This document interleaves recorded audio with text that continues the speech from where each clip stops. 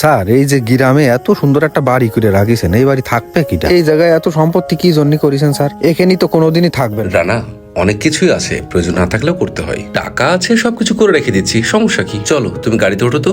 ঠিক আছে স্যার, গাড়িতে ওঠেন। ও সোহেল, ও বাপ, দাঁড়া দাঁড়া দাঁড়া দাঁড়া দাঁড়া। বাজান, তোমার আসার কথা শুনে তোমার চাচি রান্না বাড়া করে রেখেছে, খাওয়া দাওয়া করে যাও। না না চাচা, আমি এখন খাওয়া দাওয়া করবো না, আমি একবারে বাসায় গিয়ে খাবো। তুমি কি করছাও? তুমি আইসাও গ্রামে, খাওয়া দাওয়া করে না গেলে হয়, আর তোমার চাচি রান্না বাড়া করে বসে রয়েছে।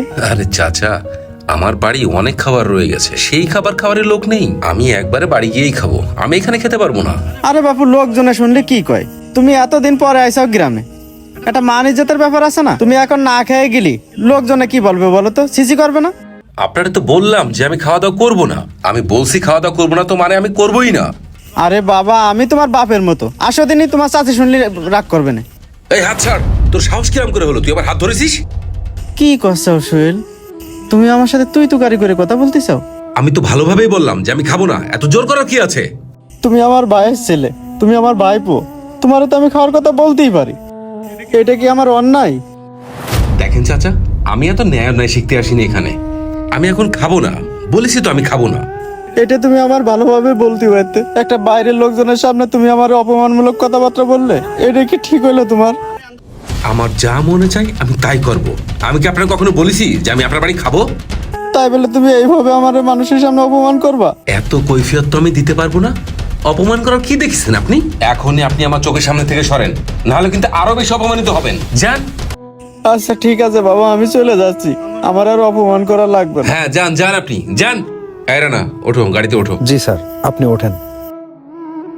শেষ বয়সেও ভাইপোর কাছে অপমানিত হতে হলো। স্যার তাহলে কোন দিকে যাব? ওহো, যাবো তো, কিন্তু একটা জিনিস তো ভুলে গেছি না, একটা লোক আসার কথা ছিল, ও আসলে তারপরে বের হই। তুমি এক কাজ করো, এসিটা ছেড়ে দাও, খুব গরম লাগতেছে। গ্রামের ভিতরে গাড়ি দেখতেছি, কার আবার এই গাড়িটা? তাই তো, গ্রামের মধ্যে গাড়ি আসলো কার? ও ও তো আমার বন্ধু। তোমার আবার কোন বন্ধু? আমি তো চিনি না। তুমি চিনবা কি করে? আরে আসো, ও আমার বন্ধু সোহেল, চলো তোমার সাথে পরিচয় করাই দিচ্ছি। ঠিক আছে চলো। এ সোহেল, সোহেল, কি রে বন্ধু, ভালো আছিস? হ্যাঁ ভালো। তা আপনি কে? আপনাকে তো চিনতে পারলাম না। দোস্ত, তুই আমার সাথে মজা করতেছিস? আরে ও আমার বন্ধু, ছোটবেলার বন্ধু, ও আমার সাথে মজা করতেছে, তুমি সামনে রয়েছো না এই জন্যে। আরে কে মজা করতেছে ভাই? সত্যিই তো আমি আপনারা চিনি না। ওই ফাজলামি বাদ দে, তোর ভাবির সাথে পরিচয় হ। কিসের ভাবি? কার ভাবি? দেখেন, আপনি কোনো জায়গায় ভুল করতেছেন ভাই। এই তোমার হয়তো সত্যিই কোথাও ভুল হচ্ছে, উনি হয়তো তোমার ফ্রেন্ড না। তোমার ফ্রেন্ড হইলে তো তোমাকে চিনতে পারতো। আরে তুমি থামো দিনি, ওরে চেনো? ও বিশাল আমাদের সাথে মজা করে, আমরা একসাথে বড় হয়েছি, আমি ওরে চেনবো না? আরে ভাই, আপনারা বলতেছি তো আমি আপনারা চিনি না, আপনি কেন এত ঝামেলা করতেছেন? এমনি বাইরে খুব গরম লাগতেছে। এই সোহেল, ইয়ার কি মাসটা দিনি, তোর ভাবের সাথে একটু কথা বল, আর এক কাজ কর, দুপুর হয়ে গেছে, বাসাতে খাওয়া দাওয়া করে তারপর যেসে নে। আজব তো। এই ভাই, আমি আপনারা বলতেছি না আমি আপনারা চিনি না, এখানে কি কোনো ধান্দায় আসছেন? এই সোহেল, এই তুই কি করছিস? কিসের ধান্দা করতে আসো তোর কাছে? দেখেন ভাই, আমি আপনারা বলেছি না যে আমি আপনারা চিনি না। ঝামেলা করবেন না, যান তো এখান থেকে, যান। আপনি আমার সামনে থেকে সরেন তো। এই তুমি কি এখানে দাঁড়ায় দাঁড়ায় অপমানিত হবা? ওনার তো কোনো কমন সেন্সই নেই যে মানুষের সাথে কিভাবে কথা বলতে হয়। দেখেন, আমার কমন সেন্স ছোটবেলা থেকেই নেই। আমি কি আপনাদেরকে বলছি এখানে এসে আমার সাথে কথা বলতে? কেন, তোর সাথে কথা বলা কি আমাদের অন্যায় হয়ে গেল? আমি তো আপনারা ডাকিনি ভাই যে আসেন আমার সাথে কথা বলেন। যান যান, আপনি আমার সামনে থেকে সরেন, যান। এই তুমি চলো, এখানে দাঁড়ায় দাঁড়ায় অপমানিত হইতে হবে না, বাসায় চলো। চলো তো, আসো। স্যার এই নেন আপনার গাড়ির চাবি। চাবি দিয়ে আমি কি করব? যাও, গাড়ি স্টার্ট দাও। না স্যার, এখন থেকে আপনার চাকরি আমি আর করবো না। কেন রানা, তোমার সমস্যা কি? তোমার কি বেতন কম হয়ে যাচ্ছে? তোমার কোনো সমস্যা থাকলে বলো। না স্যার, আপনি যে বেতন দেন তা নিয়ে কোনো সমস্যা নেই, কিন্তু আপনার যে রূপ দেখলাম আমি আজ, আপনার চাকরি আমি করবো না স্যার। কি দেখলে তুমি? কেন, আমি খারাপ কি করলাম? আপনার চাচা একটা মুরব্বী মানুষ, সে খাবারের জন্য ডেকেছে আপনাকে, আপনি তার সাথে কি ব্যবহারটা না করলেন, সে তো খারাপ কিছু বলিনি। আর আপনার বন্ধু তার বউডারে নিয়ে আপনার সাথে একটু পরিচিত হতে আইছে, আপনি তার সাথে কি ব্যবহারটা না করলেন। আমি বলতে বাধ্য হচ্ছি যে আপনি মানুষ না, অমানুষ। ও, তোমার কাছে এই মনে হলো? আমার মনে হওয়ার কিছু নেই, আমি যা দেখেছি সেইটাই বলতেছি। আপনার চাকরি আমি আর করবো না।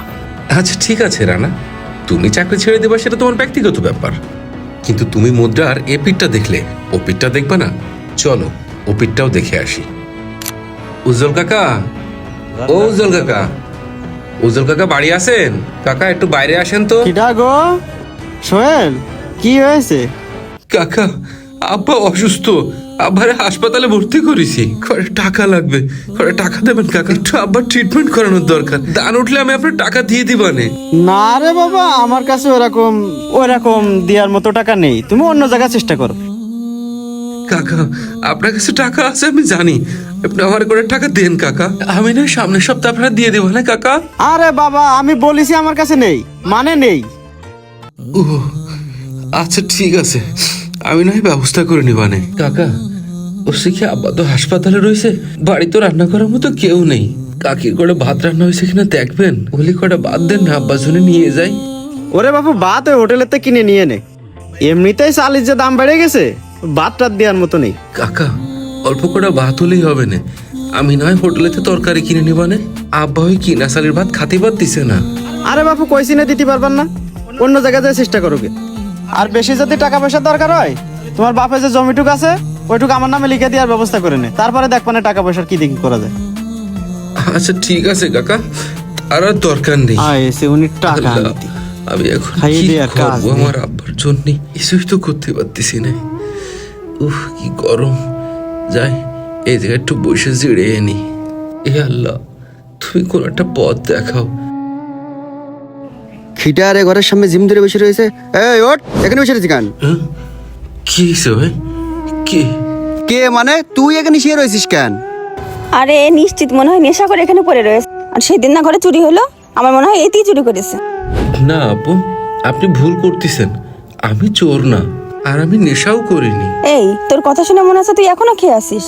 না আপু, আপনি ভুল করতেছেন। আমি এই রোডের ভিতরে এসে ক্লান্ত হয়ে গেছিলাম, এদিকে বসেছিলাম, কখন যে ঘুমায় গেছি বুঝতে পারিনি। কি হয়েছে?